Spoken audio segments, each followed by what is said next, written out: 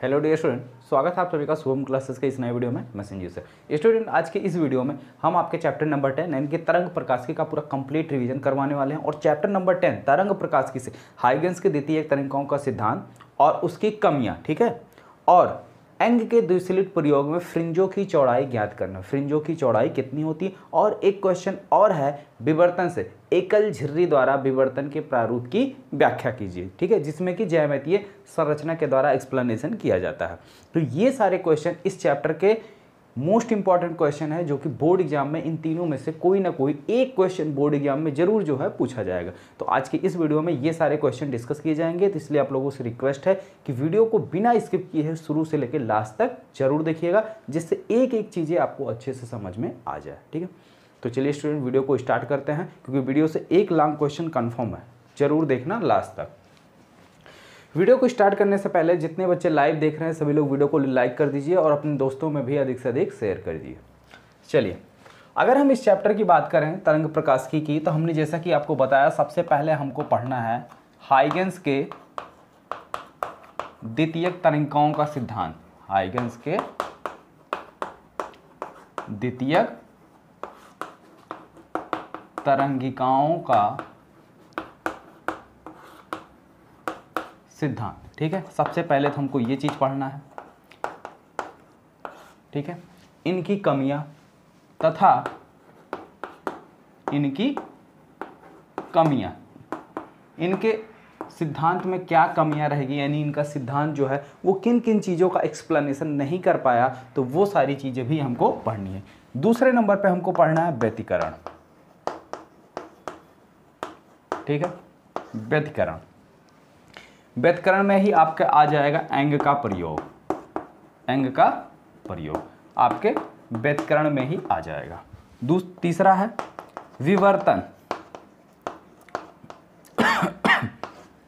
विवर्तन, विवर्तन में आपका आ जाएगा एकल झिर्री द्वारा, ठीक है, या इसको एकल झिर्री को एक और नाम से बोलते हैं, क्या नाम है, एक पतली द्विस्लिट ऐसे कुछ करके है, ठीक है।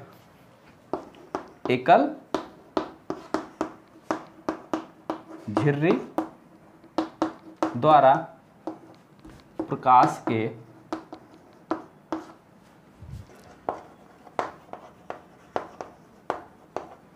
विवर्तन प्रारूप की व्याख्या। एक चीज छूट गया है, ठीक है, क्या छूटा है जरा कमेंट बॉक्स में कमेंट करके बताएंगे आप लोग कि इसमें एक टॉपिक आपका छूट गया है। वो टॉपिक कौन सा है जो हम छोड़ दिए हैं, लेकिन उसको छोड़ना नहीं है, वो भी जो है इंपॉर्टेंट है, पढ़ना है। तो वो कौन सा टॉपिक है, क्या आप सब लोगों को पता है कि इसमें एक टॉपिक छूटा हुआ है? कौन सा छूटा हुआ, जरा कमेंट बॉक्स में कमेंट करो। हाइगेंस के द्वितीयक तरंगिकाओं के सिद्धांत के आधार पर प्रकाश के अपवर्तन तथा परावर्तन की व्याख्या, ठीक है। हाइगेंस के, यही छूट गया था, हाइगेंस के द्वितीयक तरंगिकाओं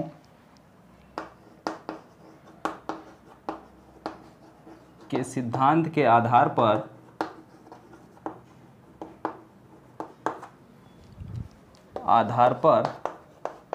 प्रकाश के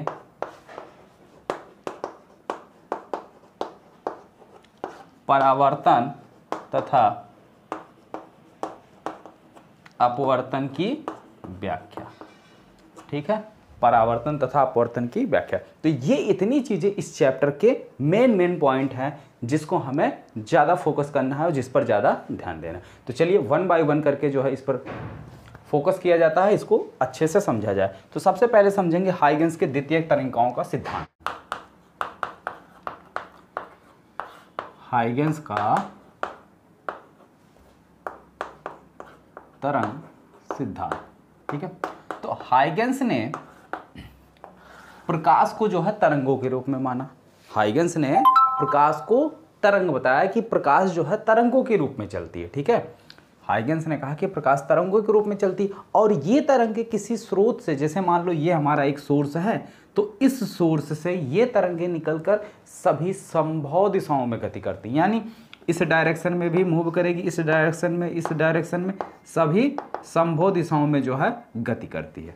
और तरंग को चलने के लिए माध्यम की आवश्यकता होती है। तरंग को चलने के लिए किसकी आवश्यकता होती है? माध्यम की। ठीक है, तो इन्होंने एक सर्वव्यापी माध्यम ईथर माना। सर्वव्यापी, ठीक है, सर्वव्यापी माध्यम ईथर की कल्पना इन्होंने की। किसकी? ईथर की। इन्होंने ईथर की कल्पना की, जिसका भार जो है बहुत कम और घनत्व भी काफी कम होता है। ईथर की डेंसिटी भी कम होती है और इसका वेट बहुत हल्का होता है। ठीक है, और ये जो तरंगे हैं सोर्स से निकलकर सभी संभव दिशाओं में गति कर रही हैं, ये प्रकाश की चाल से गति करती हैं। इनकी स्पीड की अगर हम बात करें, ठीक है, तो प्रकाश की चाल से सभी संभव दिशाओं में गति करती हैं। ठीक है, प्रकाश की चाल से सभी संभव दिशाओं में गति करती हैं। और हाइगेंस ने तरंग संचरण के सिद्धांत के आधार पर तरंग संचरण से संबंधित एक नियम दिया था, जिसे हाइगेंस के द्वितीयक तरंगिकाओं का सिद्धांत कहते हैं या द्वितीयक तरंगिकाओं का नियम कहते हैं। ठीक है, क्या किया था इन्होंने? हाइगेंस ने तरंग संचरण से संबंधित एक नियम प्रतिपादित किया था, जिसे हाइगेंस का द्वितीयक तरंगिकाओं का सिद्धांत कहते हैं। अब हाइगेंस के द्वितीयक तरंगिकाओं के सिद्धांत देखिए, इसमें सबसे पहला पॉइंट यह है, कि यदि कोई सबसे पहला सिद्धांत है कि यदि किसी माध्यम में स्थित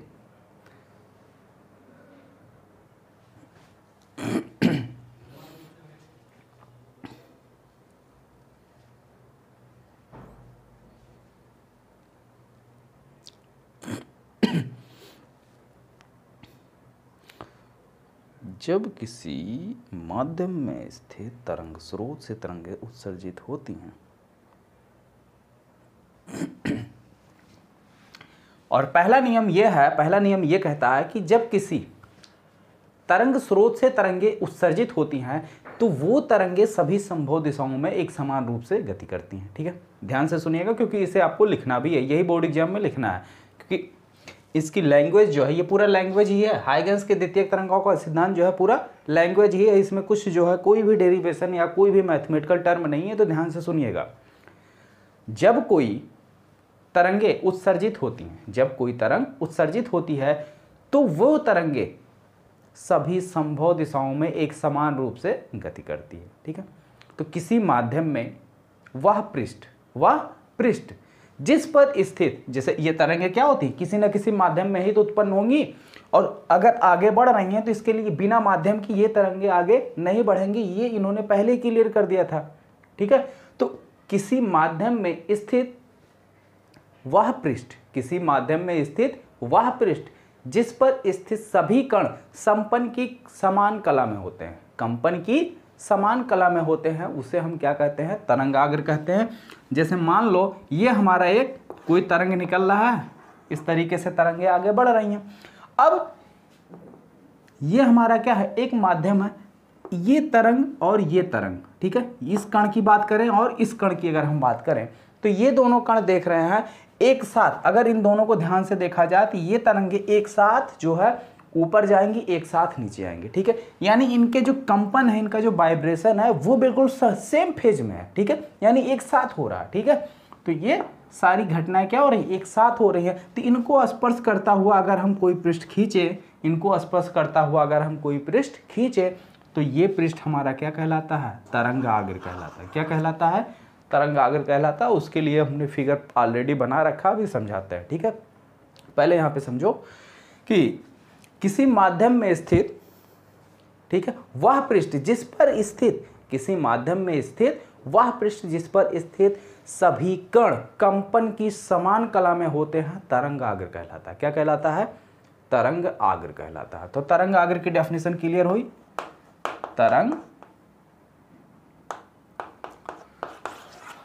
तरंगाग्र। ठीक है, क्लियर हो गया।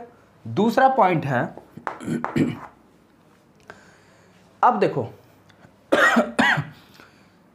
माध्यम में जो भी कण स्थित है, क्या अगर कंपन की समान कला में है और उनको स्पर्श करता हुआ अगर हमने क्या किया, एक पृष्ठ खींच दिया, तो ये पृष्ठ हमारा क्या कहलाएगा, ये पृष्ठ कहलाता है तरंगाग्र। ठीक है, ये पृष्ठ जो है वो क्या कहलाएगा, तरंगाग्र कहलाता है। ठीक है, अब तरंगाग्र पर स्थित हर एक कण, तरंगाग्र पर स्थित प्रत्येक कण एक नए तरंग स्रोत का कार्य करेगा। क्या करेगा, एक नए तरंग स्रोत का कार्य करेगा। यानी अब यहां से द्वितीयक तरंगिकाएं निकलना शुरू हो जाएंगी। ठीक है, अब यहां से द्वितीयक तरंगिकाएं निकलना स्टार्ट हो जाएंगी और ये द्वितीयक तरंगिकाएं जो निकलेंगी ये भी प्राथमिक तरंगों की तरीके से, पहले तरंग की भांति ये भी प्रकाश की वेग यानी लाइट की स्पीड से आगे बढ़ेंगी। ठीक है, लाइट की स्पीड से क्या होगी, आगे बढ़ेगी। ठीक है, तो दूसरा पॉइंट क्लियर हुआ कि तरंगाग्र पर स्थित प्रत्येक कण एक नए तरंग स्रोत का कार्य करता है। क्या करता है, एक नए तरंग स्रोत का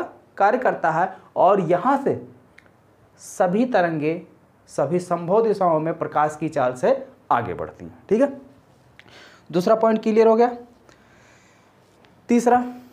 तीसरा पॉइंट कहता है अब दोबारा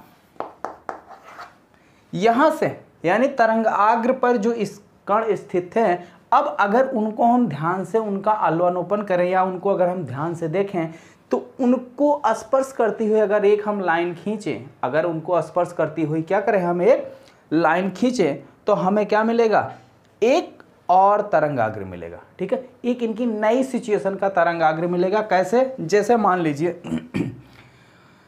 कोई तरंगे, और ये तरंगाग्र जो है इनकी शेप पर डिपेंड करती है, तरंग स्रोत के अकॉर्डिंग जो है ये 3 प्रकार की होती हैं। ठीक है, एक बेलनाकार तरंग, गोलीय तरंगाग्र, समतल तरंगाग्र। तो यहाँ पे हम जो है गोलीय तरंगाग्र और समतल तरंगाग्र को दिखाए हैं और बेलनाकार तरंगाग्र मैंने नहीं दिखाया। ठीक है, तो गोलीय तरंगाग्र कब होता है कि अगर जो हमारा जो सोर्स है वो बहुत पास है, सोर्स क्या है, अगर बहुत पास है यानी बिंदु सोर्स है, क्या है, बिंदु स्रोत है, तो यहाँ से जो तरंगें निकलेंगी और इन तरंगों के कारण जो हमारा तरंगाग्र होगा वो गोलीय तरंगाग्र होगा। ठीक है, दूसरी बात, अगर तरंग स्रोत हमारा क्या है, प्लेन है। ठीक है, किसी प्लेन के द्वारा तरंगें अगर आगे बढ़ रही हैं तो या बहुत दूर, तरंग स्रोत क्या है, बहुत दूर हो, ये जो तरंग स्रोत है काफी दूर हो, तो इसकी वजह से जो तरंगाग्र मिलेगा वो समतल मिलेगा। ठीक है, जैसे मान लीजिए ये ए बी हमारा क्या है, एक तरंगाग्र है। ठीक है,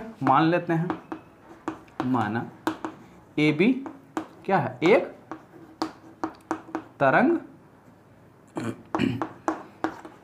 आग्र। अब देखो ए बी पे ये कितने कण स्थित हैं, ये सब देखो ए बी पर क्या है, ये सारे पॉइंट स्थित है, ये सारे पार्टिकल स्थित है।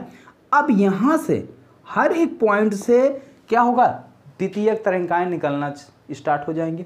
यहां से मान लो जो कण यहां पर पहुंच रही है वो कण सा द्वितीयक तरंगिकाएं निकल के आगे बढ़ रही हैं, तो यहां से भी इस तरीके से ऐसे तरंग निकली, यहां से भी ऐसे तरंग निकली, ऐसे ऐसे हर एक कण से क्या हो रही, द्वितीयक तरंगिकाएं निकल रही। और फिर उसको स्पर्श करती हुई अगर एक हम लाइन खींचें, और स्पर्श करती हुई कौन सी लाइन खींच रहे हैं, कि वो लाइन जिस पर स्थित सभी कण कंपन की समान कला में है।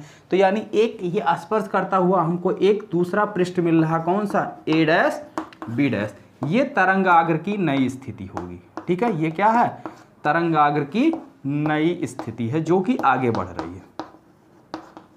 ठीक है, और वही सेम चीज आपको यहां समतल तरंगाग्र में भी दिखाएगा। ये क्या है, ये गोलीय तरंगाग्र है और ये जो है समतल तरंगाग्र है।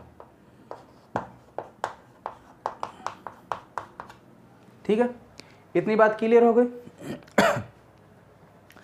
हालांकि ये तरंगे सिर्फ आगे ही नहीं बढ़ रही, क्योंकि स्टार्टिंग में हाइगेंस के अकॉर्डिंग क्या, जो नई तरंगे जनरेट होती हैं वो सभी संभव दिशाओं में आगे भी गति कर रही हैं, ऊपर नीचे दाएं बाएं हर डायरेक्शन में गति कर रही हैं, तो ये क्या होगी, पीछे भी गति कर रही है। तो यानी A double dash B double dash ये तरंगाग्र की नई स्थिति को दिखाया गया है जो कि पीछे गति कर रही है, और इसको जो है तरंगाग्र पीछे भी गति करेगी यानी पीछे की तरफ बढ़ेगी, इसको हाइगेंस ने स्वीकार नहीं किया है। ठीक, इस बात को हाइगेंस ने नहीं माना, केवल उन्होंने तरंगाग्र के आगे बढ़ने का एक्सप्लेनेशन दिया है, पीछे बढ़ने का नहीं। ठीक है, तो अगर हम तरंगाग्र, ये तो थी तरंगाग्र द्वितीयक तरंगाग्र की जो है कुछ विशेषताएं, कुछ पॉइंट्स। ठीक है, ये 3 पॉइंट थे।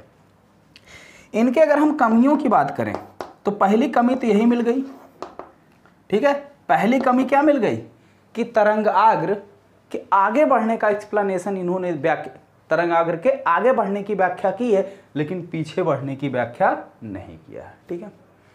दूसरी बात, पहली कमी तो यह हो गई। दूसरी कमी, हाइगेंस ने तरंगों को अनुप्रस्थ माना है। क्या है? हाइगेंस ने तरंगों को क्या किया है? अनुप्रस्थ माना है। क्या माना है? अनुप्रस्थ माना है। और अगर तरंगे अनुप्रस्थ हैं तो इससे पोलराइजेशन की एक्सप्लेनेशन हम नहीं कर सकते, यानी ध्रुवण की व्याख्या नहीं की जा सकती। बाद में तरंगों को अनुप्रस्थ मान के, ठीक है, बाद में तरंगों को अनुप्रस्थ मान के ध्रुवण की व्याख्या की गई, लेकिन हाइगेंस ने सबसे पहले तरंगों को क्या माना था? अनुदैर्ध्य माना था। क्या माना था? इन्होंने तरंगों को अनुदैर्ध्य माना था, और अनुदैर्ध्य तरंगे पोलराइजेशन यानी ध्रुवण की व्याख्या नहीं करती। हालांकि बाद में जो है इसको अनुप्रस्थ मान के ध्रुवण की व्याख्या की गई। अगली कमी यह है कि एक और वैज्ञानिक थे, उनका नाम माइकलसन मोरले ने सर्वव्यापी ईथर को, सर्वव्यापी जो इन्होंने माध्यम ईथर की परिकल्पना की थी, उसको उन्होंने स्वीकार नहीं किया, ठीक है। माइकलसन मोरले ने, ठीक है, ये एक दूसरे साइंटिस्ट है, इन्होंने सर्वव्यापी माध्यम जो ईथर हाइगेंस ने मान रखा था उसको स्वीकार नहीं किया, ठीक है। और चौथी कमी है कि हाइगेंस के द्वितीयक तरंगिकाओं का सिद्धांत प्रकाश वैद्युत प्रभाव की व्याख्या नहीं करता, ठीक है। हाइगेंस के द्वितीयक तरंगिकाओं का सिद्धांत प्रकाश वैद्युत प्रभाव की व्याख्या नहीं करता। तो ये इनकी कमियां थी और ये 3 इनके सिद्धांत थे, ठीक है। तो हाइगेंस के द्वितीयक तरंगिकाओं के 3 सिद्धांत है और 4 कमियां हैं, ठीक है। याद रहेगा, ये क्वेश्चन 3 नंबर में पूछा जाता है। बहुत ज़्यादा टाइम नहीं लगेगा। फिगर आप बनाए या ना बनाए, बनाएंगे तो ज़्यादा बेटर पड़ेगा, ठीक है। अगर नहीं बनाएंगे तो, अगर 3 नंबर के क्वेश्चन में पूछा जाता है तो 2.5 नंबर मिलने के चांसेस हैं, लेकिन अगर आप फिगर बना के लिखेंगे तो पूरे के पूरे 3 नंबर आपको मिलेंगे, ठीक है। चलिए आगे देखते हैं। हाइगेंस के द्वितीयक तरंगिकाओं के सिद्धांत के आधार पर प्रकाश के अपवर्तन तथा परावर्तन की व्याख्या।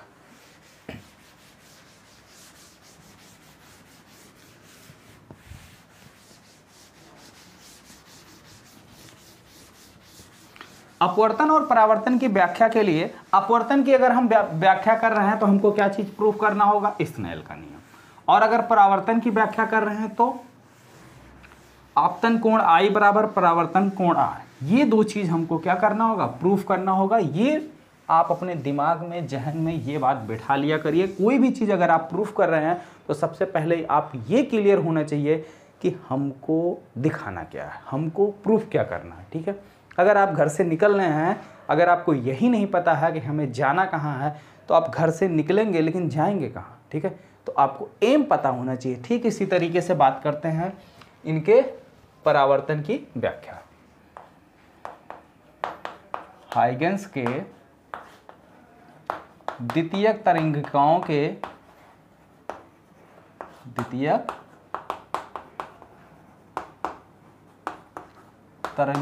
के सिद्धांत के आधार पर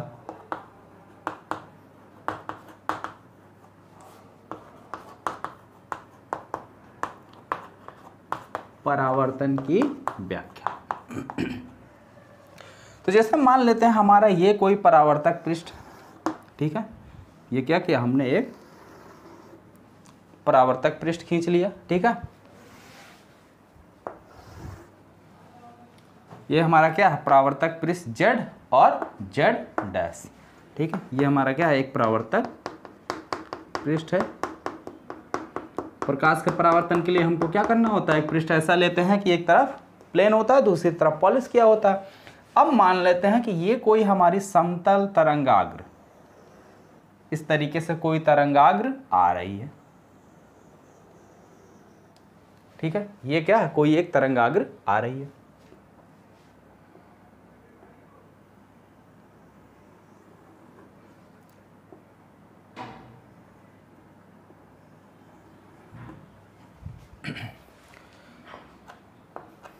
एक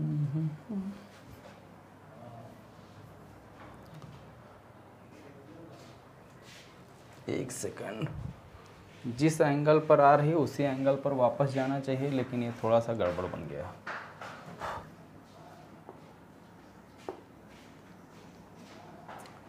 इस एंगल पर आई तो ये इस एंगल पर चलेगा, ठीक है।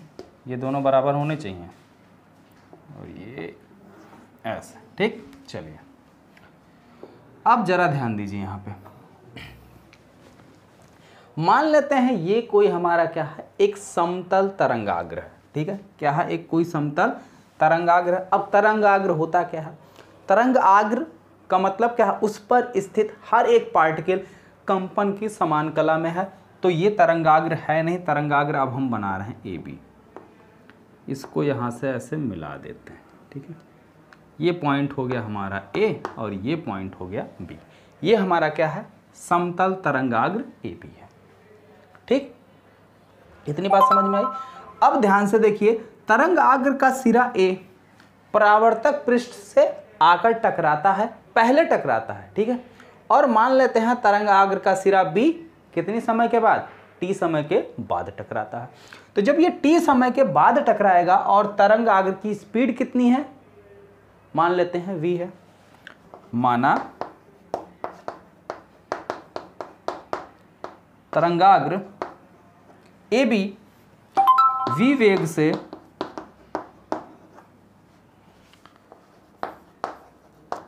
परावर्तक पृष्ठ z डैश पर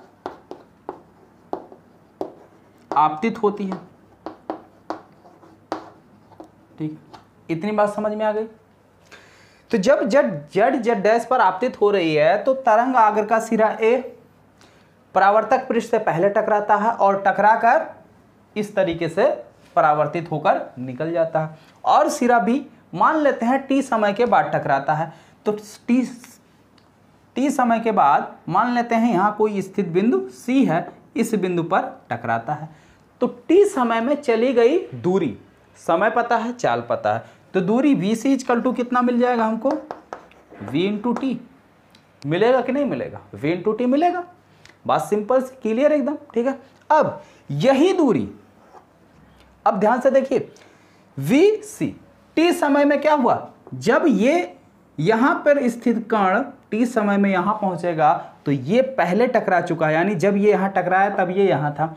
अब ये यहां पर पहुंचेगा तो ये टकरा कर यहां कहीं पहुंच जाएगा कि नहीं, और कितनी दूर पहुंचेगा, वी टी दूर तय कर चुका होगा, ठीक है। तो लिखोगे, जब तरंगाग्र का सिरा बी या कण बी, ठीक है,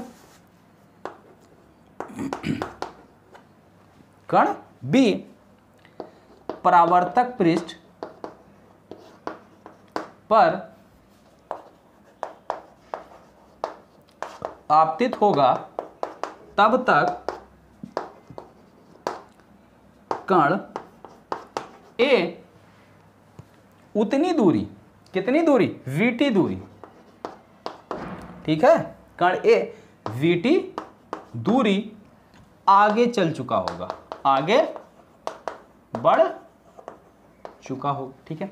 अब वीटी दूरी को हम क्या करेंगे, गोला प्रकार में लेकर यहां पर क्या करेंगे, एक चाप लगा देंगे, ठीक है। क्या करेंगे, गोला प्रकार में वीटी दूरी लेकर एक चाप लगा देंगे और चाप लगाने के बाद इसको स्पर्श करती हुई एक रेखा खींचेंगे, ठीक है। इसको स्पर्श करती हुई एक रेखा खींच लिया, तो मान लेते हैं चाप यहां कहीं डी पर काट रहा है, डी पर क्या हो रहा है, काट रहा है, ठीक है। इतनी बात समझ में आ गई। अब थोड़ा सा और देखिए, थोड़ा हम कलर डिफरेंट करते हैं। बिंदु ए पर अब हमने क्या किया, नॉर्मल खींच लिया, क्योंकि आपतित हो रही ना, तो ये खींचा हमने नॉर्मल, और बिंदु सी पर भी खींच लिया हमने नॉर्मल, ठीक है। ये हमारे नॉर्मल एन। अब देखो भाई, आपतित किरण तथा अभिलंब यानी कि नॉर्मल, इसके बीच में जो कोण बनता है ये क्या कहलाता है, आई। क्या होता है, कोण आई, ठीक है। अब तरंगाग्र की परिभाषा है कि तरंगाग्र जो है क्या होता है, लंबवत गति करता है। यानी तरंगाग्र को स्पर्श करने वाली जो लाइन है वो हमेशा क्या होती है, तरंग पर परपेंडिकुलर होती है। तो यानी ये जो हमने तरंगाग्र खींचा है ये पूरा कोण कितना होगा, 90 डिग्री। ठीक है, पूरा कोण कितना होगा, 90 डिग्री। ठीक, तो जब पूरा कोण ये 90 डिग्री होगा तो ये इतना आई हो गया, तो ये बचा हुआ कोण कितना हो जाएगा, यहाँ ध्यान दीजिएगा, ये जो हमने डबल खींचा है ये कितना हो जाएगा, टोटल 90 है, तो ये कितना हो जाएगा, 90 माइनस आई होगा। बिल्कुल क्लियर है, कोई डाउट नहीं ना। चलो, ये हो रहा, देखो अभिलंब और ये किरण हो रही है परावर्तित, इसके बीच में कितना कोण बनेगा, परावर्तन कोण R। ठीक है, फिर वही पुराना कॉन्सेप्ट, ये पूरा कोण कितना है, 90 डिग्री, तो ये बीच में छोटा सा बचा हुआ कोण कितना हो जाएगा, 90 माइनस R, 90 माइनस R। अब जरा यहां पे ध्यान दो, अगर ये इतना कोण 90 माइनस R हो गया तो ये कोण कितना होगा, ये जो हम ये ट्रिपलिंग कर रहे हैं, ठीक है, ये कोण कितना होगा। अब ध्यान से देखो, ये अभिलंब दिखाई दे रहा है आपको, अभिलंब, ये पूरा कोण कितना है, 90 अंश, पूरा कोण कितना है, 90 अंश। ठीक है, तो मान लो ये कोण कितना x है, तो अगर इसको हम मान लें x प्लस ये इतना x प्लस a, टोटल मिलके कितना हो जाएगा, 90, और इसकी वैल्यू कितनी है, 90 माइनस R इजकल टू कितना, 90, तो 90 से क्या हो गया, 90 कैंसिल हो गया। ठीक है, तो x इजकल टू कितना आ गया, R, तो यानी ये कोण कितना हो जाएगा, ये जो ट्रिपलिंग हमने किया R कितना हो जाएगा, R। तो ठीक उसी तरीके से अगर ये कोण R हो गया तो ये कोण जो हम ये ट्रिपलिंग कर रहे हैं ये कोण कितना हो जाएगा, R हो जाएगा। ठीक है, अब बात समझ में आ गई इतनी, कैसे क्या हो रहा समझ गए ना, यही चीज लिखना है कॉपी में। अब ध्यान से देखो, दो त्रिभुज दिखाई दे रहा, त्रिभुज ABC, ये त्रिभुज, और त्रिभुज ADC। ठीक है, त्रिभुज ABC व त्रिभुज ADC। ठीक है, AC कॉमन है, AC क्या है, कॉमन है। ये दूरी BC बराबर कितनी है, BT, और BC बराबर BT है, तो A से D वाली जो दूरी होगी वो भी हमारी कितनी है, VT। ठीक है, BC is equal to AD is equal to कितना, VT। ठीक, इतनी बात क्लियर। और एक चीज, ये 90 डिग्री और ये भी 90 डिग्री, क्यों, क्योंकि ए भी तरंगाग्र है और यहाँ पे हमारी DC तरंगाग्र है, और तरंगाग्र तरंग पर क्या होती है, लंब होती है। ठीक है, तो कोण B इजकल टू कोण D कितना, 90 डिग्री। ठीक है, अब क्या प्रूफ हो गया, ये दोनों त्रिभुज क्या हो गए, सर्वांग सम हो गए। ठीक है, अतः त्रिभुज ABC सर्वांग सम त्रिभुज ADC। तो जब सर्वांग सम हो गए तो यानी एक दूसरे पर ओवरलैप कर जाएंगे, एक दूसरे पर क्या हो जाएंगे, ओवरलैप कर जाएंगे, यानी एक दूसरे को अच्छी तरीके से ढक लेंगे। तो 90 अंश वाला 90 अंश पे चला जाएगा। ठीक है, 90 डिग्री वाला 90 डिग्री पर आएगा, तो यानी ये इस तरीके से घूम जाएगा, और ये जो आपका ये कितना आई बनेगा, ये जो कोण है ये इस कोण पर आ जाएगा, कोण A कोण C पर आ जाएगा। ठीक है, तो जब कोण A कोण C पर आ जाएगा तो यानी आपतन कोण I बराबर परावर्तन कोण R। ठीक है, यही लिखो, अतः कोण BAC बराबर कोण DCA, और ये कोण है कितना, कोण I, और ये कोण कितना है, R। ठीक है, तो ये क्या प्रूफ हो गया, आपतन कोण I बराबर परावर्तन कोण R, ये हो गया परावर्तन की व्याख्या। ठीक है, चीजें समझ में आई, एक बार दोबारा ध्यान से देख लो। ये मान लिया हमारा क्या है, कोई तरंगाग्र किसी परावर्तक पृष्ठ Z डैश पर आपतित होता है, ये तरंगाग्र AB है, ये क्या है, तरंगाग्र AB है।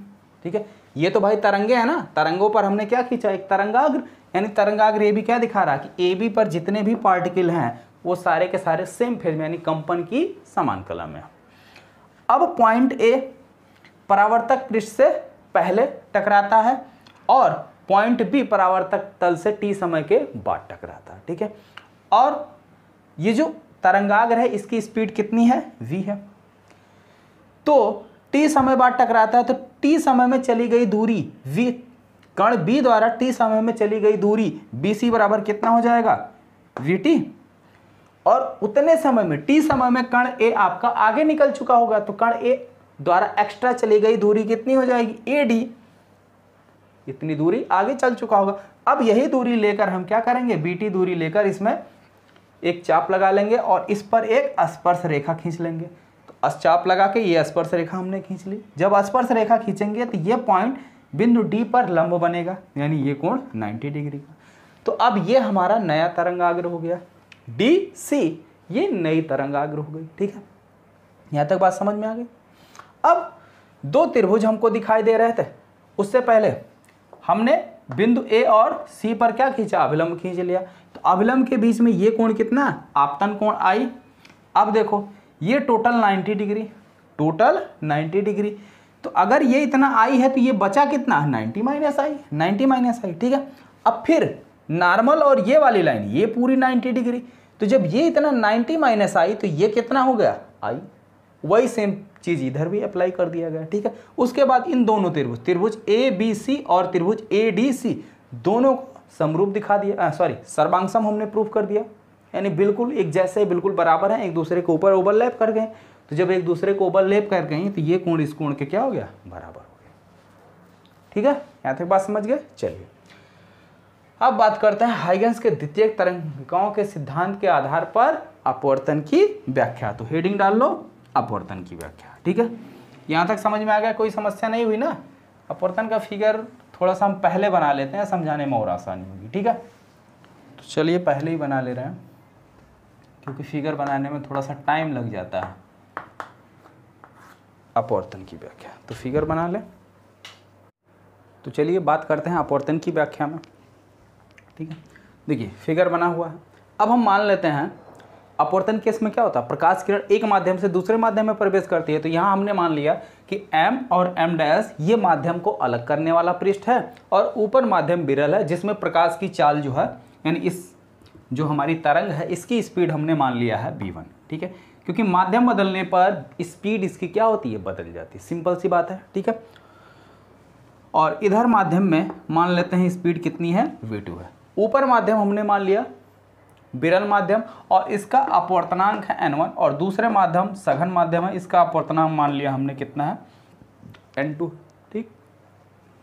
अब ये हमारी कोई तरंगाग्र AB, अरे यार गलत लिख दिया हमने, AB तिरछा इस पृष्ठ पर आपतित होती है। तो जब तरंगाग्र AB v1 वेग से इस पृष्ठ पर आपतित हो रही है तिरछा, तो सिरा A इस पृष्ठ से पहले टकराएगा और पहले अपवर्तित हो जाएगा, ठीक है। और B सिरा मान लेते हैं t समय के बाद टकराता है, ठीक है। क्या है, B सिरा t समय के बाद टकराता है। तो जब t समय के बाद टकराता है तो t समय में कण B के द्वारा चली गई दूरी कितनी हो जाएगी, VC equal to V1t, VC equal to क्या हो जाएगी, V1t, ठीक है।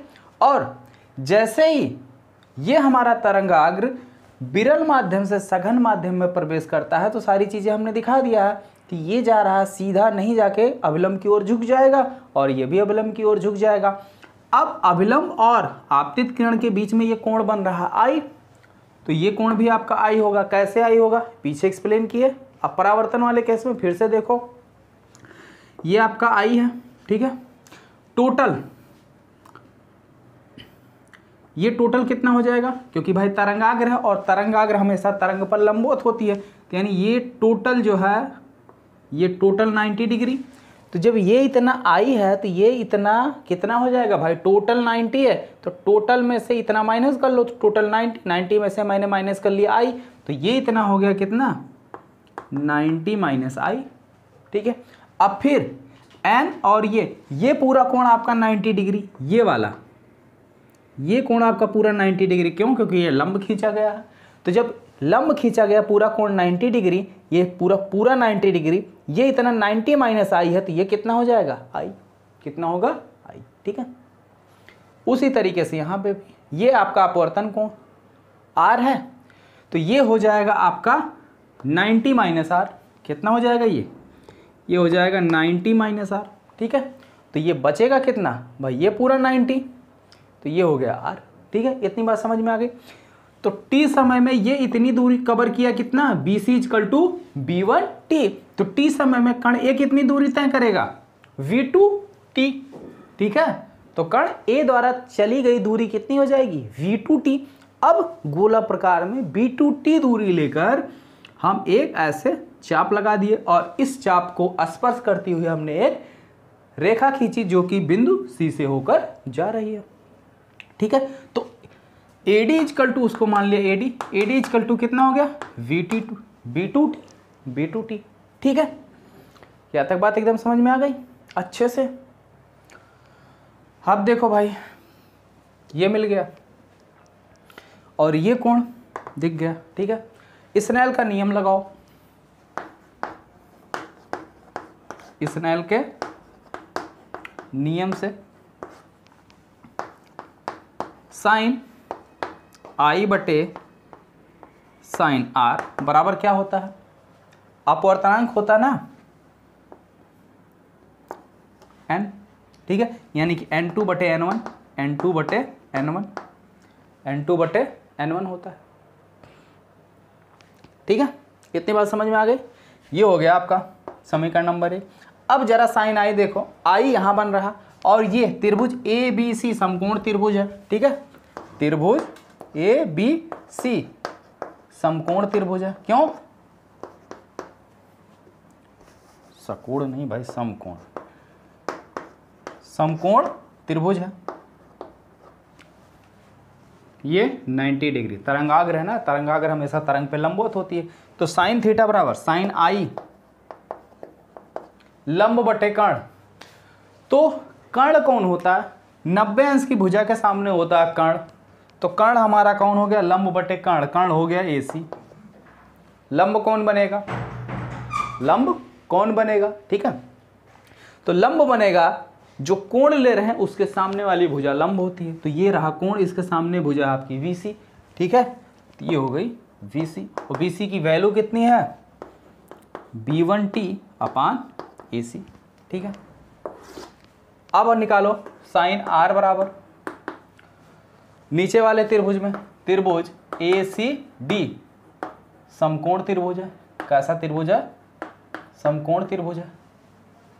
लंब बटे कर्ण, लंब कौन हो जाएगा, कोण के सामने भुजा आपकी AD, ये हो गया लंब, ठीक है AD। कर्ण कौन हो जाएगा 90 अंश, 90 अंश कहाँ बन रहा है यहाँ, तो 90 अंश की भुजा, 90 अंश के सामने कौन सी भुजा AC।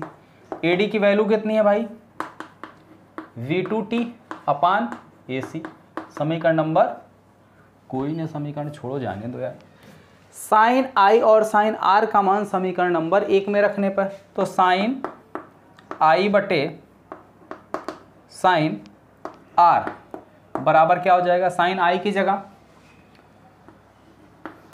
B1T अपान AC, नीचे साइन R की जगह V2T अपान AC। AC से AC कैंसिल हो गया और इस T से T कैंसिल हो गया, तो क्या मिला हमको sine I upon sine R equal to B1 by V2, B1 by V2, ठीक है।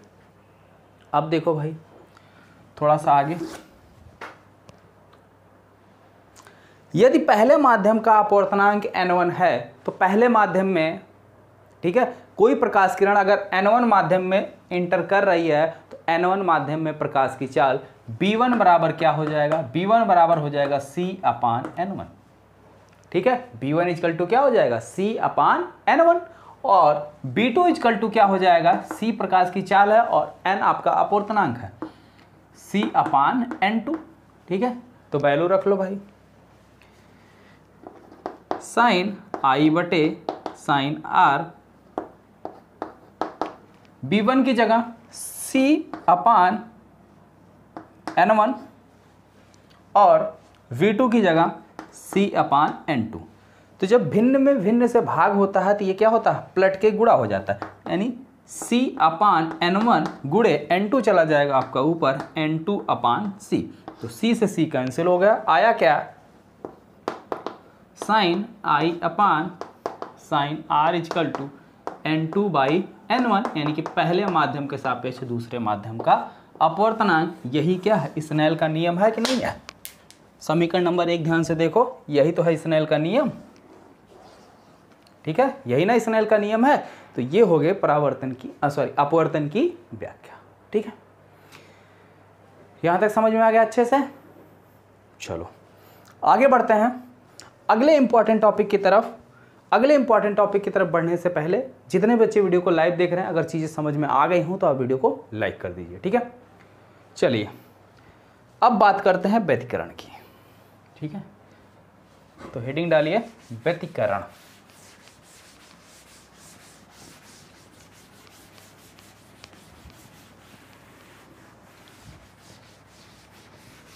और व्यतिकरण में ही आपके हैं एंग का प्रयोग और उसमें जो फ्रिंज की चौड़ाई निकालना है, वो सारी चीज़ें व्यतिकरण में ही आपको पढ़नी है, ठीक है। तो हेडिंग डालिए व्यतिकरण।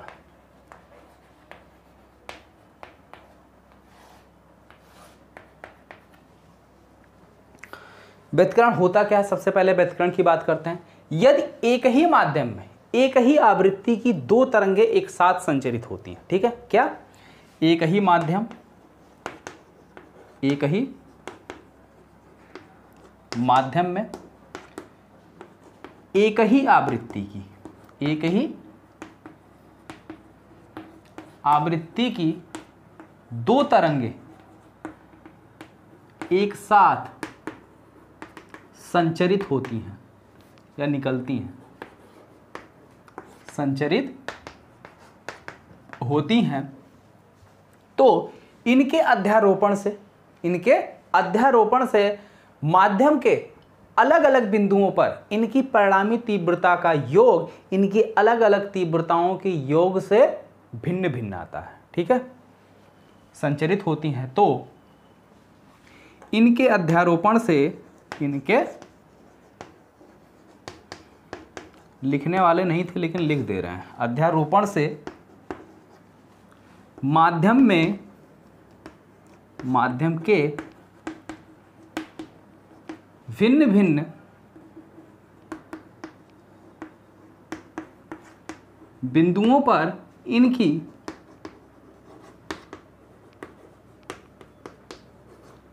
परिणामी तीव्रता तरंगों के अलग अलग तीव्रताओं के योग से भिन्न भिन्न, अरे मक्खी थोड़ी जो भिन्न भिन्न बार बार बोल रहे हो, भिन्न भिन्न होती है, ठीक है, भिन्न भिन्न होती है। किसी बिंदु पर, माध्यम के किसी बिंदु पर इनकी परिणामी तीव्रता अधिकतम तो किसी बिंदु पर न्यूनतम होती है, ठीक है। किसी बिंदु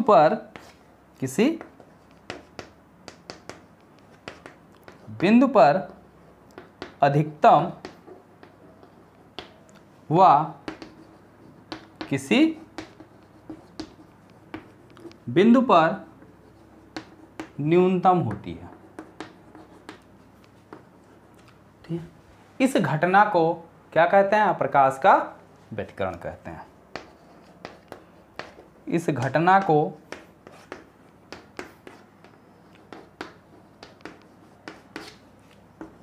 प्रकाश का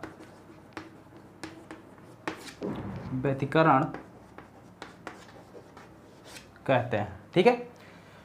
परिभाषा क्लियर हो गई व्यतिकरण की, यानी जब किसी माध्यम में, एक ही माध्यम में प्रकाश की दो अलग अलग तरंगें और उनकी आवृत्ति भी सेम हो, एक साथ संचरित होती हैं, एक साथ एक ही दिशा में, ये भी लिखना भैया नहीं तो गलत हो जाएगा, एक साथ एक ही दिशा में संचरित होती है, दिशा लिखना मत भूलना नहीं तो गलत हो जाएगा पूरा, एक ही दिशा में संचरित होती हैं, तो इनके अध्यारोपण से माध्यम के अलग अलग बिंदुओं पर इनकी परिणामी तीव्रताओं का योग इनकी अलग अलग तीव्रताओं, ठीक है, इनकी परिणामी तीव्रता इनकी अलग अलग तीव्रताओं के योग से भिन्न भिन्न आती है, ठीक है। किसी बिंदु पर मैक्सिमम तो किसी बिंदु पर मिनिमम।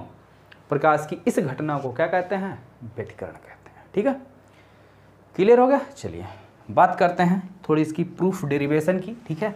यहाँ से क्वेश्चन 3 नंबर में पूछे जाते हैं न्यूमेरिकल, और न्यूमेरिकल किस पर पूछा जाएगा? फार्मूला देखो कैसे ड्राइव हो रहा है, ध्यान से देखना।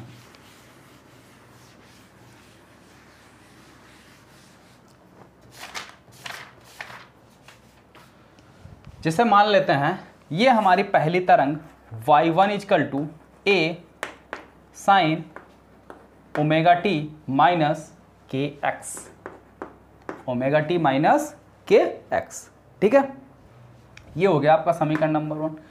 और दूसरी तरंग हम मान लेते हैं y2 = a2 sine omega t minus k x plus 5।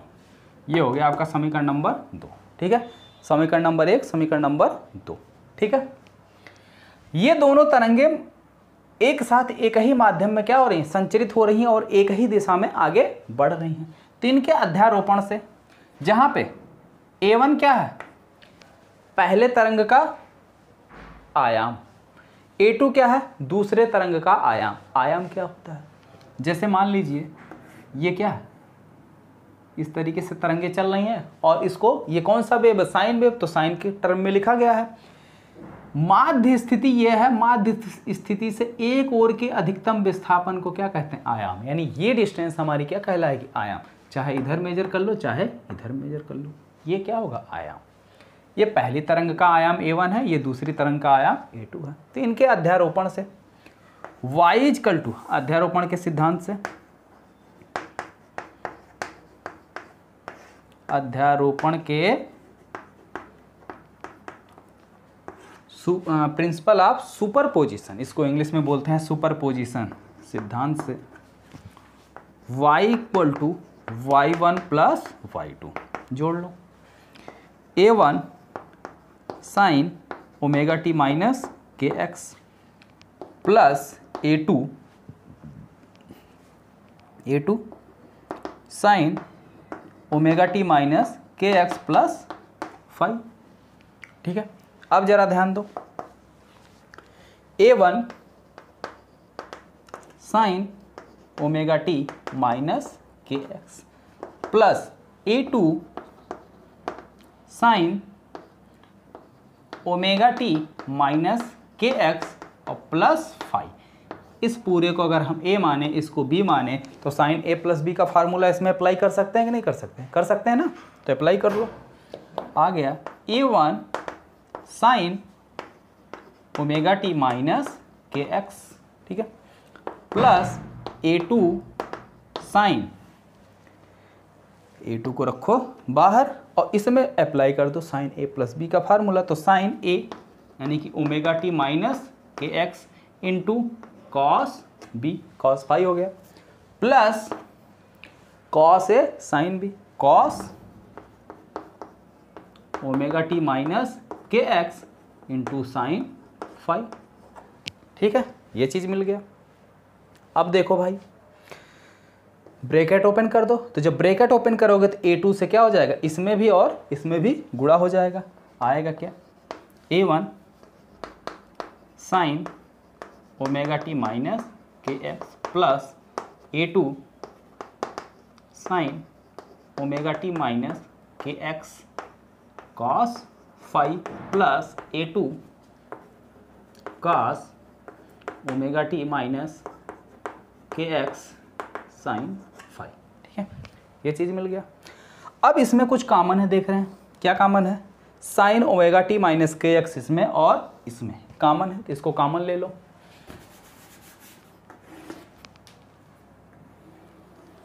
इस पर चाक बहुत गड़बड़ मिल गया है, बार बार टूट रहा है। तो y = क्या कॉमन मिल रहा? Sign omega t minus k x, तो sign omega t minus k x common मिल गया। यहाँ क्या बचा? a1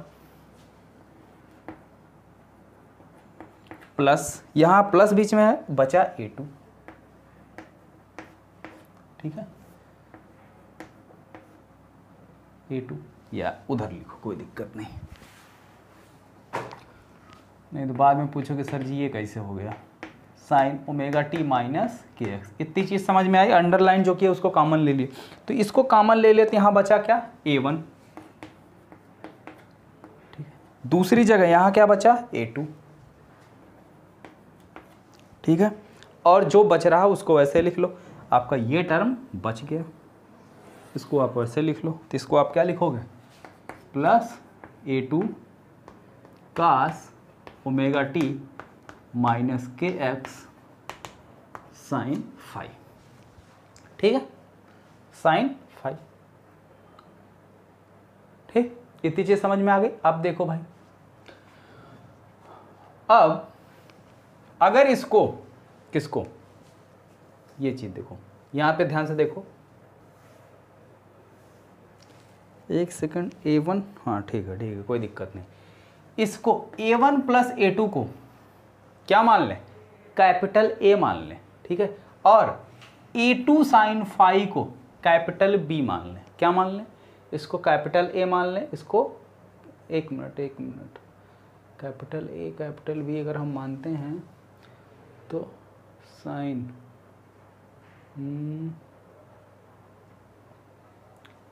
साइन कॉस कुछ ऐसा करें कि दोनों बराबर हो जाएं, यानी इधर का टर्म और इधर का टर्म, ठीक है, बराबर आना चाहिए। तो अगर बराबर आएगा तभी कुछ बात बनेगी। ठीक है, तो क्या माने कि जो है बराबर आ जाए।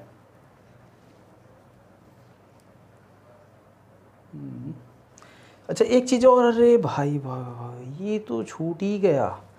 इसमें से जब आपने कॉमन लिया sign omega t minus k x, तो भाई a2 बच रहा है और कास फाई भी है, ये देखो छूट गया। तभी तो सोचे गड़बड़ क्यों आ रहा, ये हो गया कास फाई प्लस। ठीक है, अब समझ में आ गया। ठीक है, अब देखो भाई, इसको मान लो a कॉस फाई और इसको मान लो a2 साइन फाई को b साइन फाई मान लो। ठीक है, तो क्या मान लिया? माना a1 plus a2 cos phi equal to a cos phi और a2 sine phi equal to b sine phi. ठीक है, नहीं b नहीं, a ही मानो। ठीक है, a मान लिया गया। ठीक है, अब ये वैल्यू उठा के इसमें रख दो, तो y इक्वल टू क्या मिलेगा हमको?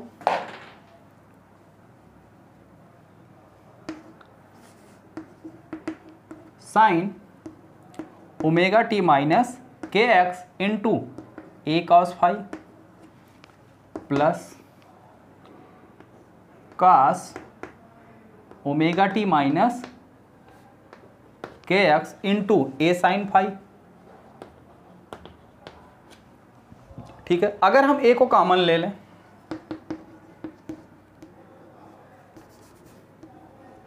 तो यहां क्या बचेगा? Sign omega t minus k x cos phi plus यहाँ क्या बचेगा? Cos omega t minus k x sine phi. ठीक है, ये चीज़ मिल गया। अब भाई देखो, ये क्या फार्मूला है? Sign A cos B, cos A sine B, sign A plus B का फार्मूला मिला कि नहीं मिला? तो y इक्वल टू हमको क्या मिल गया? y इक्वल टू मिल गया a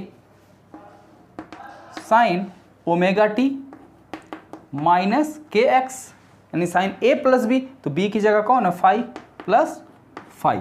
ठीक है, ये आया हमारा रिजल्टेंट। क्या आ गया? रिजल्टेंट आ गया, परिणामी तरंग की फार्मूला आ गई। ठीक है, अब ये बना लो आप समीकरण नंबर 1 2, ये हो गया आपका 3, ये हो गया 4, ये हो गया 5।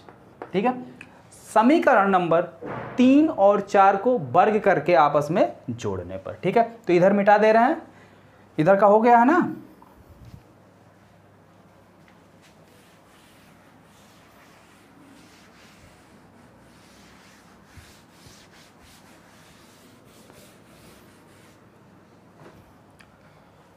समीकरण 3 व 4 को वर्ग करके जोड़ने पर, तो वर्ग कर दो भाई, इसका होल स्क्वायर कर दो दोनों पक्षों का, तो ये आ जाएगा a1 plus a2 cos phi का होल स्क्वायर इक्वल टू क्या हो जाएगा, a square cos square phi. इधर हो जाएगा a2 square sine square phi equal to a square sine square phi. दोनों को जोड़ लो, तो इसको जोड़ोगे ये क्या जाए, इसका होल स्क्वायर कर दो भाई, बीच में प्लस लगा लो। ठीक है, दोनों को जोड़ लिया गया, पूरा ओपन कर दो, a1 square plus a2 square cos square phi, ठीक है, plus 2 a1 a2 cos phi, और प्लस क्या है a2 square sine square phi, बराबर दूसरी साइड क्या है a स्क्वायर कॉमन है तो a स्क्वायर को ले लिया कॉमन, यहाँ बचा क्या कॉस स्क्वायर फाई, और यहाँ क्या बचा प्लस साइन स्क्वायर फाई। इसकी वैल्यू कितनी हो गई 1, तो मिला क्या स्क्वायर इक्वल टू, इसको इधर लिख लिए, ठीक, इधर क्या बचा, और इसको एक साथ कर दो, यानी a1 स्क्वायर और plus 2a1 a2 cos phi plus a2 cos square phi plus a2 square sine square phi. ठीक है, ये मिल गया। अब भाई ध्यान से देखो, a2 स्क्वायर कॉमन है, तो a2 स्क्वायर को जैसे कॉमन लेंगे तो अंदर क्या बचेगा cos square phi plus sine square phi, और उसकी वैल्यू कितनी हो जाएगी 1। ठीक है, 8 square equal to a1 square plus 2a1 a2 cos phi plus a2 square common, तो cos square phi plus sine square phi. ठीक, और इसकी वैल्यू कितनी हो जाएगी 1। तो मिला क्या a square equal to a1 square plus 2a1 a2 cos phi और प्लस a2 स्क्वायर। ठीक है, a2 स्क्वायर। अब इसको थोड़ा सा और रीअरेंज करो,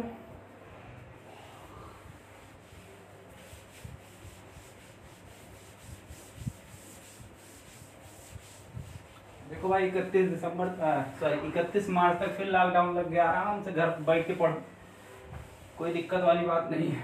ठीक है, अब लॉकडाउन से कोई नई बात थोड़ी है, ये तो आम बात है, परिचित तो हो ही गए हो, करना क्या, घर बैठ के आराम से पढ़ते रहो।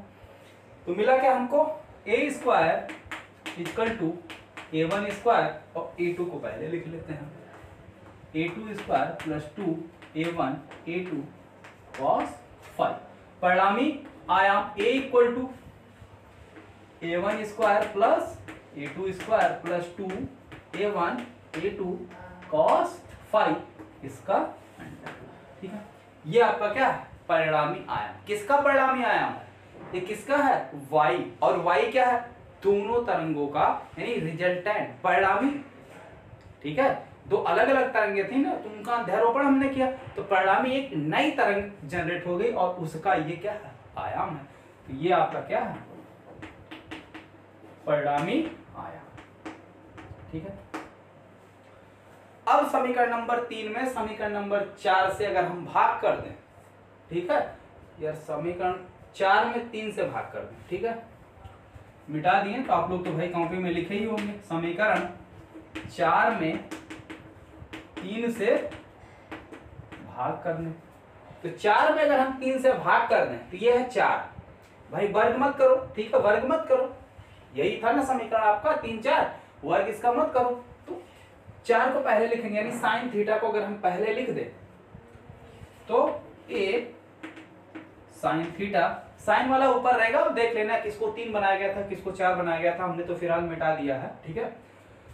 नीचे a cos five equal to इसकी value a2 sine 5 upon a1 plus a2 cos 5, तो ये क्या हो जाएगा tan 5, तो tan 5 इक्वल टू, ठीक है, tan 5 equal to a1 sine 5 upon a1 plus a2 cos 5। एक चीज और, जो समीकरण माने थे अंदर फाई था, तो आप यहाँ थीटा भी मान सकते हैं, ठीक है, कोई दिक्कत नहीं है। आप क्या करो, थीटा भी मान लो, ठीक, क्योंकि फाई समीकरण में ले लिया गया था, या आप समीकरण में ही फाई की जगह कुछ और ले लेना, थीटा ले लेना, ठीक है, कोई समस्या नहीं है उससे। तो फाई इक्वल टू क्या हो जाएगी, tan इनवर्स a1 साइन 5 अपान a2 plus a1 plus a2 cos 5, ठीक है, ये निकल गया, ठीक है, ये भाग देने पर आ गया। अब एक चीज हम जानते हैं, क्या जानते हैं, बहुत कुछ जानते हैं, कि किसी भी तरंग की तीव्रता उसके आयाम के वर्ग के अनुक्रमानुपाती हो, ठीक है, हम जानते हैं कि किसी भी तरंग की जो तीव्रता है, तीव्रता का मतलब इंटेंसिटी आई, ये उसके आयाम के वर्ग के अनुक्रमानुपाती होती है। आयाम को ए से लिखते हैं, ठीक है, तो आई प्रोपोर्शनल का चिन्ह हटाने के लिए कांस्टेंट लाए के ए स्क्वायर, तो परिणामी तीव्रता कितनी हो गई, I equal to A square की वैल्यू वहां नीचे लिखी हुई है या ऊपर लिखी हुई है, लिख लो, a1 square plus a2 square plus 2 a1 a2, ठीक है, cos 5, ये आ गई परिणामी तीव्रता। अब इसको क्या लिख सकते हैं, अगर अलग अलग देखें, अलग अलग, तो a क्या है, पहले तरंग का आयाम, तो a1 स्क्वायर क्या हो जाएगा i1, ये क्या है, दूसरे तरंग का आयाम, ठीक है, अलग अलग देखें तो i1 बराबर क्या हो जाएगा, के a1 स्क्वायर, और i2 बराबर क्या हो जाएगा, भाई के बाहर है तो गुणा कर लो, अब ब्रैकेट ओपन हो जाएगा, के a1 स्क्वायर के a2 square plus 2k a1 a2 cos, ठीक है, ये मिला, तो के a1 स्क्वायर इसकी जगह क्या लिख सकते हैं, i1, और ये क्या हो जाएगा, के a2 स्क्वायर इसकी जगह क्या लिखेंगे, i2, और a1 a2, तो यहां से क्या हमको मिलेगा भाई, a1 a2 equal to under root i1 under root i2, ठीक है, तो परिणामी तीव्रता I बराबर क्या मिल गया, i1 square plus i2 square plus 2 plus 2 under root i1 i2 cos 5, ठीक है, ये आपकी क्या है, परिणामी तीव्रता। अब क्या है, किसी भी तरंग की परिणामी तीव्रता उसके अलग अलग तीव्रता और उसके बीच कलांतर फाई पर डिपेंड करती है, तो किसी भी तरंग की परिणामी तीव्रता उस तरंग की तीव्रता और उसके कलांतर पर डिपेंड करती है, ठीक है। अब तरंगे हमारी दो प्रकार की होती है ना अध्यारोपण सिद्धांत के अनुसार, एक संपोषी व्यतिकरण मिलता है और दूसरा विनाशी व्यतिकरण। तो संपोषी व्यतिकरण कब मिलेगा, जब परिणामी तीव्रता अधिकतम हो जाएगी तो संपोषी व्यतिकरण मिलेगा, और जब परिणामी तीव्रता न्यूनतम हो जाएगी तो क्या मिलेगा, विनाशी व्यतिकरण। तो अब हेडिंग डालिए संपोषी व्यतिकरण और विनाशी व्यतिकरण, ठीक है। तो देखते हैं भाई संपोषी व्यतिकरण और विनाशी व्यतिकरण के लिए तीव्रता क्या निकल कर आती है।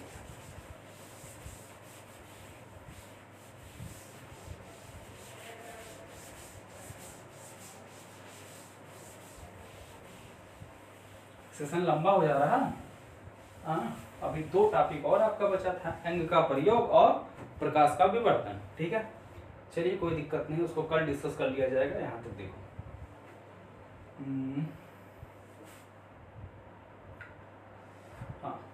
समपोषी व्यतिकरण के लिए।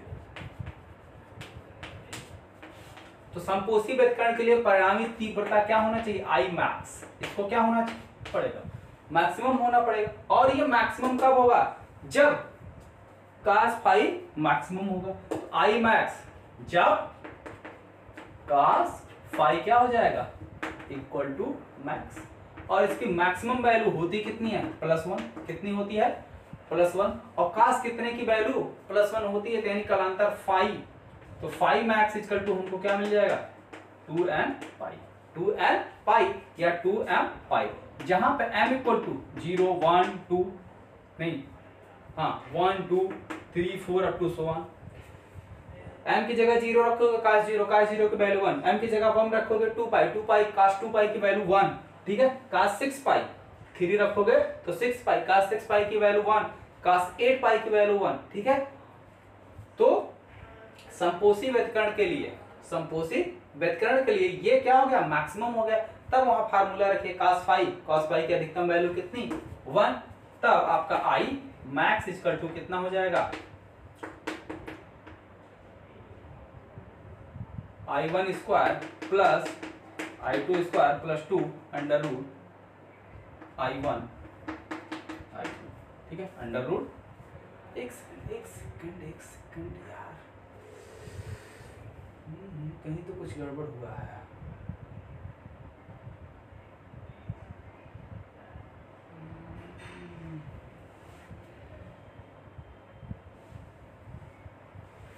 यहाँ स्क्वायर नहीं रहेगा कभी तो, ठीक है, यहाँ पे स्क्वायर नहीं रहेगा। क्यों, क्योंकि ये देखो a1 स्क्वायर की जगह क्या रहेगा, I1। ठीक है, यहाँ पे स्क्वायर नहीं रहेगा। तो देखो भाई ये क्या दे देगा हमारा, ये हो जाएगा under root I1 plus under root I2 का whole square. Under root I1 plus under root I2 का होल स्क्वायर। या अंडर रूट I1 की जगह हम क्या लिख सकते हैं, अंडर रूट I1 के A1। तो इसकी जगह क्या लिख सकते हैं, A1, इसकी जगह A2। ये क्या हो जाएगा, A1 square plus A2 square, sorry A1 plus A2 का होल स्क्वायर। ये हो जाएगा आई मैक्स के लिए। अब आ जाओ भाई विनाशी व्यतिकरण के लिए।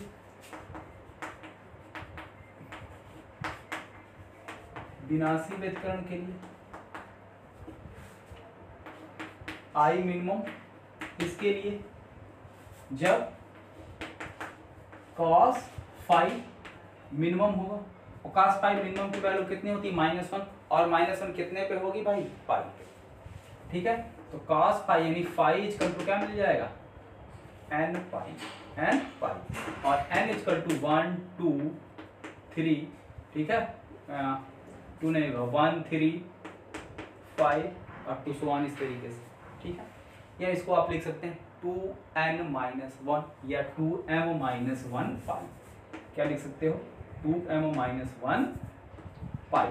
ठीक है, जहां पे n equal to 1 2 3 up to 1 रखो। ठीक है, इस तरीके से। अब देखिए भाई क्या मिल जाएगा, I minimum I1 plus I2। अब इसकी वैल्यू -1, तो minus under root I1 I2। तो ये क्या हो जाएगा, under root I1 minus under root I2 का होल स्क्वायर। ठीक है, और अंडर रूट I1 यहां से A1। ठीक है, A1 माइनस A2 का होल स्क्वायर। अरे भाई यहां से देखो सिंपल आप निकाल सकते हैं ना, या यहां से निकाल लो, कोई दिक्कत वाली बात है नहीं। हम समझ रहे हैं। आप अभी कितने बच्चे यहाँ कंफ्यूज होंगे, सर जी यहाँ पे लिखा I1 इक्वल टू KA1, यानी I1 इक्वल टू लिखा हुआ है KA1 स्क्वायर। तो ये इंप्लाइज करेगा A1 square equal to I1 upon K। तो A1 equal to under root I1 by K। यही चीज ना, यही चीज। चलो, तो यानी पूरे का बटा है, तो यहाँ पे आ जाएगा 1 बाई, नीचे आएगा अंडर रूट के, स्क्वायर है तो बाहर निकालोगे क्या आ जाएगा, यहाँ पे भी बाहर निकालोगे क्या आ जाएगा, 1 बाई के आ जाएगा। कोई फर्क उससे पड़ने वाला नहीं है। और ये चीज हमने क्यों डायरेक्ट लिख दिया, क्योंकि भाई हम ये भी तो जानते हैं, ये भी तो जानते हैं कि यहाँ से ये इंप्लाइज करेगा ये इक्वल टू ये प्रोपोर्शनल क्या हो जाएगा, अंडर रूट आई के, अंडर रूट आई के, ठीक है। अब परिणामी तीव्रता और अधिकतम तीव्रताओं का अनुपात यानी I max upon I minimum, I max upon I minimum करोगे तो अब देखो यहाँ 1/k है, यहाँ पे भी 1/k है, 1/k, तो 1/k से 1/k सबसे पहले कैंसिल हो जाएगा और बचेगा क्या यहाँ पे a1 प्लस a2 का होल स्क्वायर नीचे बटा a1 माइनस a2 का होल स्क्वायर, ठीक है। तो ये है अधिकतम और न्यूनतम तीव्रताओं का अनुपात, ठीक है। तो अधिकतम और न्यूनतम तीव्रताओं का अनुपात भी कभी कभी पूछता है, या अधिकतम या न्यूनतम तीव्रता पूछता है, उसका आयाम दिया हुआ होता है, ठीक है। आयाम तरंग का दे दिया जाता है और मैक्सिमम और मिनिमम तीव्रताओं का अनुपात पूछ लिया जाता है। तो यहाँ तक सबको समझ में आ गया। आई होप सभी को वीडियो बहुत पसंद आई होगी, तो सभी लोग वीडियो को लाइक कर दीजिए और अपने दोस्तों में भी अधिक से अधिक शेयर कर दीजिए, ठीक है। अब इसके आगे जो आपके दो टॉपिक बचे हुए हैं, एक एंग का प्रयोग है और एक आपका विवर्तन, ठीक है, यानी विवर्तन के ज्यामितीय प्रारूप की व्याख्या।